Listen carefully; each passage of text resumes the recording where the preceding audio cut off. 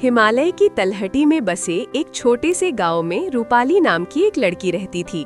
उसकी सबसे बड़ी पहचान उसके अविश्वसनीय रूप से लंबे बाल थे। ये बाल उसकी एड़ियों को छूते थे और सूरज की रोशनी में पिघले हुए सोने की तरह चमकते थे। गांव वाले अक्सर कहते थे कि उसके बालों में तारों की चमक और सुबह की पहली किरण की कोमलता बसी है। हर सुबह वो उन्हें सुलझाने में घंटों बिताती और ये उसकी दिनचर्या का सबसे शांत हिस्सा हुआ करता था। रूपाली के बाल सिर्फ लंबे ही नहीं थे, उनमें एक अजीब सी जान थी। जब वो खुश होती तो वे हवा में हल्के से लहराते और जब वो उदास होती तो वे भारी और स्थिर हो जाते। गांव के बच्चे उसके पीछे पीछे घूमते, ये देखने के लिए कि उसके बाल कैसे नाचते हैं जब वो खेतों से होकर भागती है।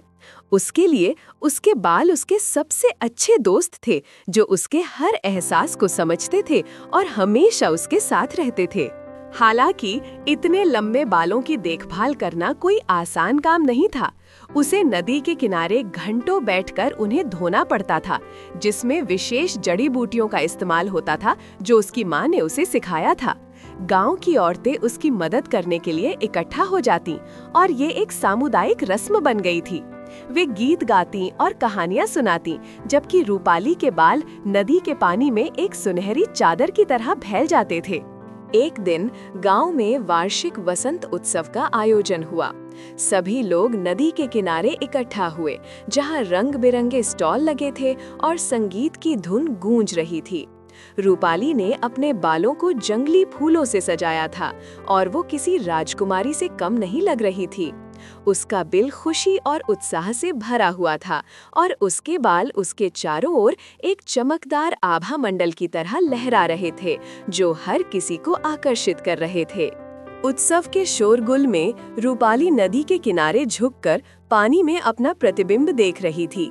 अचानक उसके बालों का एक लंबा सुनहरा धागा टूटकर पानी में गिर गया। वो उसे पकड़ने की कोशिश करती, लेकिन वो पानी की धारा के साथ बह गया।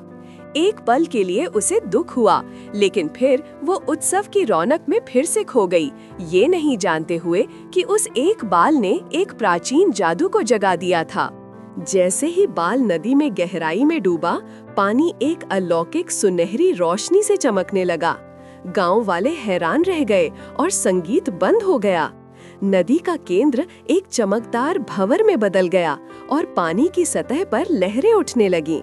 हवा में एक अजीब सी शांति छा गई और हर कोई सांस रोक के देख रहा था कि आगे क्या होने वाला है। उन्हें एक अनजाने डर और आश्चर्य का एहसास हो रहा था।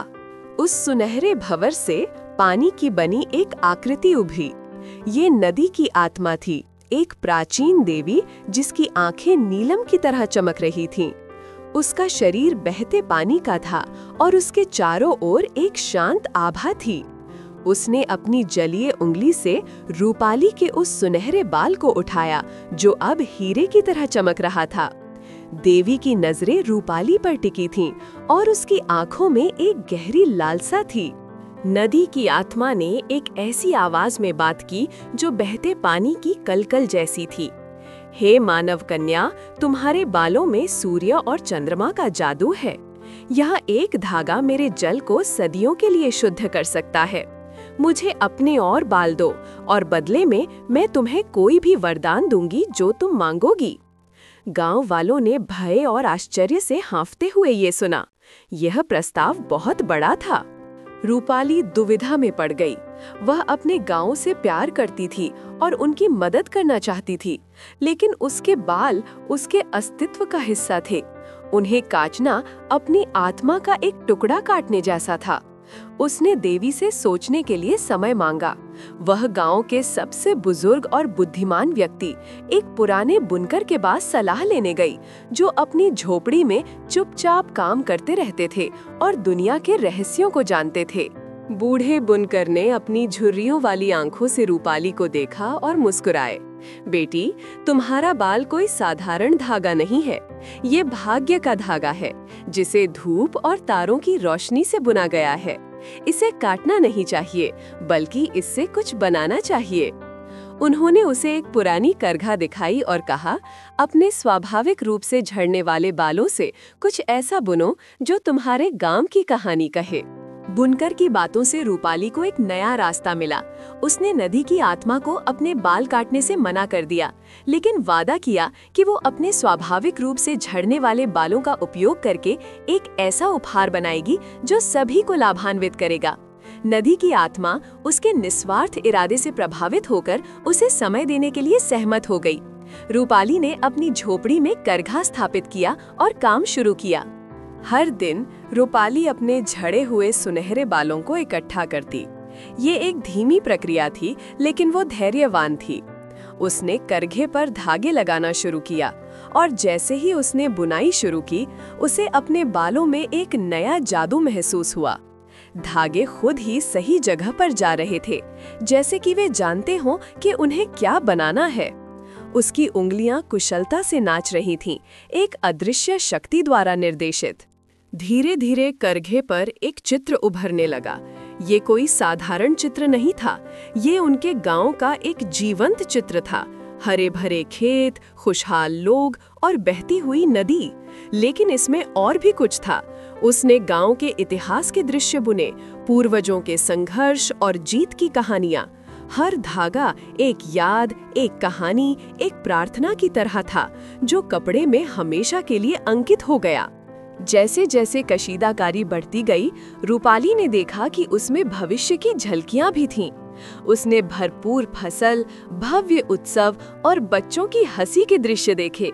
लेकिन उसने एक अंधेरा साया भी देखा, एक भयानक तूफान जो गांव की ओर बढ़ रहा था। ये देखकर वो चिंतित हो गई, लेकिन उसने बुनाई जारी रखी, इस उम्मीद में कि उसका काम उसके लोगों की रक्षा कर सकता है। उसके काम की खबर पूरे गांव में फैल गई। लोग उसकी झोपड़ी के बाहर इकट्ठा होकर चुपचाप उसे काम करते देखते। उसकी लगन और उसके बालों का जादू एक प्रेरणा बन गया था। उन्होंने उसके लिए भोजन और पानी लाया और उसकी सफलता के लिए प्रार्थना की।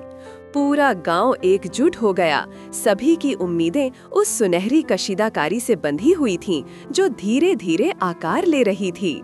जिस दिन रूपाली ने कशीदाकारी पूरी की, उस दिन आसमान में काले बादल छा गए।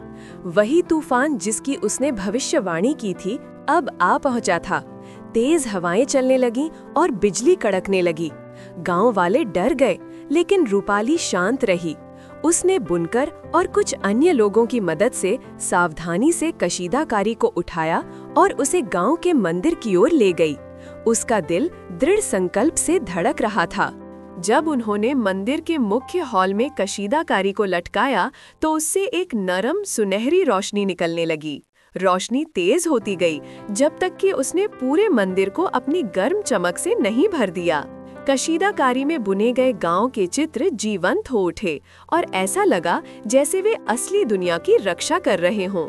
बाहर तूफान का शोर था, लेकिन अंदर एक दिव्य शांति थी। नदी की आत्मा तूफान को महसूस करते हुए फिर से प्रकट हुई। वो रूपाली के निस्वार्थ कार्य और कशीदाकारी से निकलने वाले जादू को देखकर चकित थी। उसने महसूस किया कि असली शक्ति बालों में नहीं, बल्कि उस प्रेम और बलिदान में थी, जिससे इसे बुना गया था। उसने अपना सिर सम्मान में झुकाया। उसे समझ आ गया था कि रूपाली ने उसे उससे कहीं बेहतर उपहार दिया था जो उसने मांगा था। अपना वरदान पूरा करने के लिए नदी की आत्मा ने अपनी शक्ति का उपयोग किया। उसने नदी के पानी को आशीर्वाद दिया, जिससे वो शुद्ध और जीवन देने वाला बन गया। फिर उसने एक सुरक्षात्मक ढाल बनाई जो गांव के ऊपर फैल गई।